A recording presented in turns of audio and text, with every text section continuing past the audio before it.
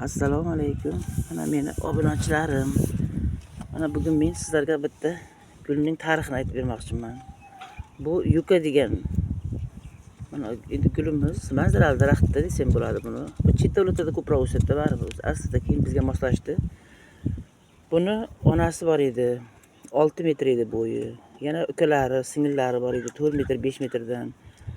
Bu tagidan chiqaveradi bular. Keyin bularni bir kuni men ishga ketganimda xo'jayinim olib tashlagan hammasini. Nima kerak deb. Bu juda chiroyli o'sgan edi bu yerda. Ishdan kelganmanda rosa yig'laganmanda. Endi bu nima qilaman, qayerga ketdi bular deb rosa yig'ladim. Keyin xudoyim bitta ham qolmagan ekanda deb bir kuni keldimda shunday qarasam, mana yerning tagidan maytagina bitta quloqcha chiqib turibdi-da. Mana shu bolasi maytagina edi. Mana parvarishlayapman, hozir tagini mana kesdim. Tagidagi shularni balandga kesish uchun, o'sish uchun taglarini kesdim hozir. Qarasam bitta shunchalik kichkinagina bitta barg ko'rinib turibdi yerdan chiqqanda. Bitta mana shu bolachasi yashirinib qolib ketgan ekanda.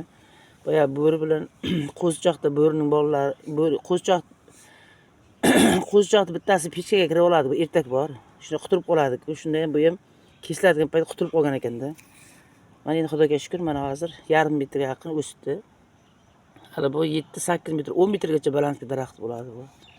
Bu nishlari shunchalik, buni qo'riqchi daraxtim deyiladi, chunki mana pichoqqa o'xshaydi mana nishlari. Bir o'riqqa kirganda mana shu joyga kirib ketadi ekan. Bu o'zining himoya vositasida. Xudoga shukr, mana shuncha kattardi. 1 yil ichida. Yo 2 yil bo'ldi ekan bu. 2 yildan beri mana shu kattardi endi. Endi buni tagidan bolalaydi. Bolalar chiqib, nasli davom ettiradi. Ana shunga xursandman men. Shuning uchun odam Allohdan yig'lab so'rasa ham bir narsani berar ekan. Shunda yig'laganim uchun qarang kichkinaginasi qolgan ekan. Mana shu xursandman, katta bo'lib qoldi.